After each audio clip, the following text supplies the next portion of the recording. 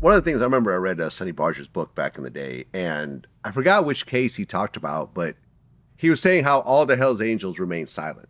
Like nobody cooperated and they ended up Right. dropping the entire case. And that's kind of what I felt the Hells Angels became known for. Like when they all get arrested, they're not Everybody turning against shuts each up. other. Yeah, everyone shuts up. Yeah. Is that was really a thing from what you saw?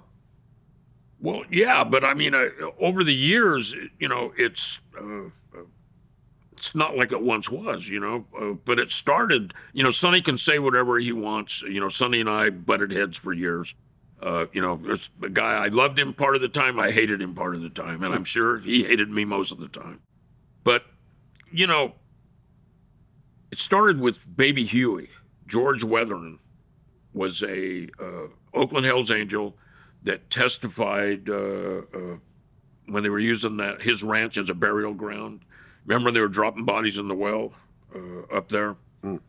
The two bikers came in from Texas or Georgia, and they were interested in becoming Hells Angels, and they partying at one of the clubhouses, taking LSD.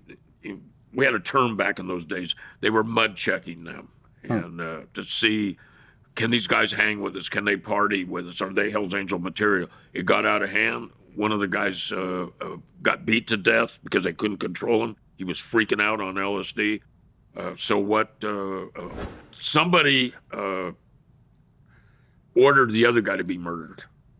His partner. There was two guys. There was one guy dead in the bathroom, and they go, "What are we going to do with the other guy?" And somebody made a decision and said, "Well, we got to get rid of him." And back before that, I mean, people weren't giving information. George Weston gave information. He wrote a book, Fallen Angel, I believe, and it might interest you to read it. But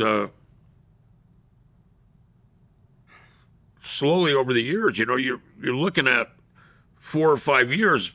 People go, "I can do 4 or 5 years."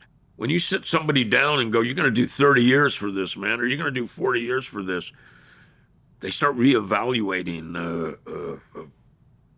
Is this really what I want to do? Do I want to die in prison? Is the club really worth it to me? I mean, they make excuses for themselves. And people coming into this lifestyle have to know there are consequences with living like this.